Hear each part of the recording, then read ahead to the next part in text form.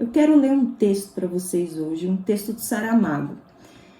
Ele diz, abre aspas, o destino, isso a que damos o nome de destino, como todas as coisas desse mundo, não conhece a linha reta. O nosso grande engano, devido ao costume que temos de tudo explicar retrospectivamente em função de um resultado final, portanto conhecido, é imaginar o destino como uma flecha apontada diretamente a um alvo que, por assim dizer, a estivesse esperando desde o princípio sem se mover. Ora, pelo contrário, o destino hesita muitíssimo. Ele tem dúvidas, ele leva tempo a se decidir. Deixa eu fazer uma perguntinha para vocês. Vocês já tiveram a sensação de observar um acontecimento atual ou passado e ter a sensação de que aquilo era para acontecer? Vocês acreditam em destino? Será que existe uma linha pronta lá na frente e que um dia a gente vai acessar de um jeito ou de outro? Ou será que esse acesso ele pode ser construído? Ou seja, até existe um destino, mas o caminho é a gente que constrói. Ou será que não existe nada? Existe apenas uma estrada livre e nós estamos seguindo por ela. Essa carta da semana passada, a carta do carro, suscitou essa discussão. Uma pessoa veio me perguntar, mas e aí? Quando a gente fala de carta do carro, a gente está falando de tomar as rédeas, então a gente está falando de controle? É uma ótima pergunta para a gente pensar. Se essa estrada que está à nossa frente, ela deve ser percorrida da nossa forma, com a nossa velocidade, do nosso jeito? Ou será que nem tudo a gente consegue controlar?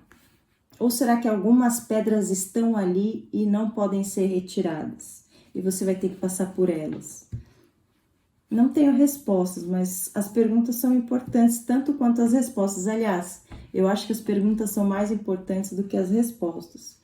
Até porque as construções são muito individuais. Isso aí foi só para a gente aquecer o motor, tá? Do pensamento, o nosso motor filosófico e a nossa conexão para o nosso arcano da semana, a nossa primeira semana de setembro.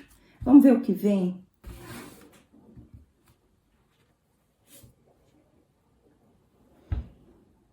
Isso aqui é um 2 de ouros, um arcano menor do tarô. Vamos lá, vamos pensar sobre o 2 de ouros, então. O naipe de ouros no tarô representa o elemento terra. E o elemento terra diz respeito às nossas estruturas, aos nossos bens, ao nosso dinheiro. Eu costumo dizer assim, ó, é tudo aquilo que fica quando você morre.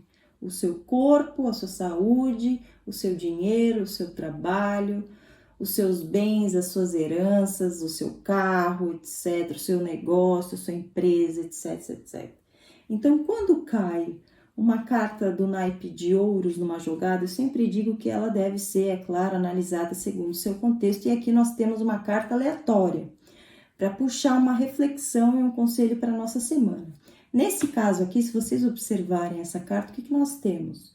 Nós temos a figura de uma mulher com duas moedas, uma em cada mão, como se ela estivesse equilibrando. Inclusive, eu sempre sugiro que vocês olhem no Google outras cartas 2 de ouros em outros tarôs, principalmente no tarô de Rider-Waite, que serve como uma referência, não só para mim, mas como para muitos tarólogos também. Porque é uma representação muito fixada e muito padronizada para o entendimento de arcanos do tarô e de arquétipos, etc. Então, vocês veem que ela está ali concentradíssima com duas moedas, uma em cada mão, e segurando aquilo como se fosse algo muito importante, porque tem um vento. A gente percebe que tem um vento pelo cabelo, pelo lenço, pelo mar atrás dela. Atrás dessa linda moça tem um mar, e esse elemento água simboliza o quê? As nossas emoções. Não se esqueçam que existem 4 elementos, né? Terra, água, fogo e ar. Nós temos aqui o elemento terra, representada pelas moedas, digamos assim. Estou chamando de moedas, tá? E atrás um elemento água que simboliza as nossas emoções. E o mar está agitado, bem agitado, e os barcos estão instáveis. Então percebam a nuance e a delicadeza do significado de uma representação de um arcano. Nós estamos falando aqui sobre equilíbrio, sobre dualidade, porque esse número 2, ele é muito representativo para pensar em dualidade, em equilíbrio, em oposições, tá? E ela está num momento de agitação, segurando aquilo que é importante. A gente fala sobre jogo de cintura, a gente fala sobre sabedoria para entender o peso das coisas, o peso de um lado e o peso de outro, o peso de um investimento, o peso de um trabalho, as suas prioridades em relação a isso, o tempo que você gasta, o quanto você ganha, como estão as suas emoções em relação à sua matéria.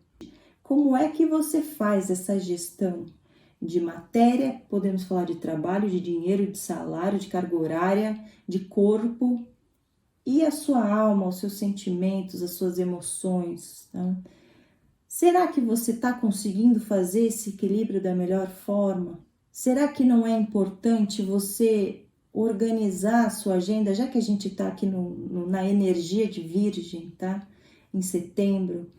Será que não é interessante você organizar a sua agenda para ter um pouco de tempo livre para descansar? Para fazer qualquer coisa a não ser pensar em trabalho ou trabalhar ou fixar os olhos no celular?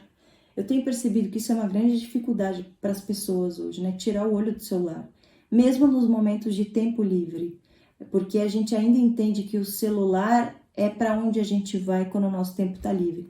E não tem problema, ele pode ser.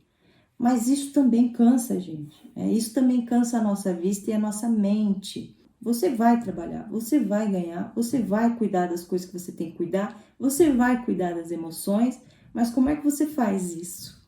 Talvez organização seja uma boa palavra para essa carta. Bem virginiana mesmo. Gestão, organização, equilíbrio, flexibilidade, jogo de cintura, observar as prioridades, o tempo gasto com as coisas, a forma como o nosso corpo responde ao excesso de atividade, ao excesso de energia investida num empreendimento, num investimento, num trabalho, numa atividade. É como a lógica do músculo na musculação.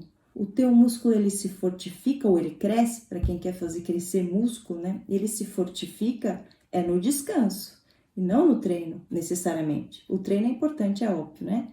Esse exercício que você faz, ele é muito importante. Mas se você não descansar, você não rende. Se você não dormir, se você não se divertir, se você não tiver seus momentos de entretenimento, de ócio, de evasão mental e criativa, você não tem performance. Gente, fácil se identificar com essa carta, tá? Uma pessoa segurando seus bens com as duas mãos, com muita concentração e força, no meio de uma ventania, com suas emoções agitadas. Preciso dizer mais?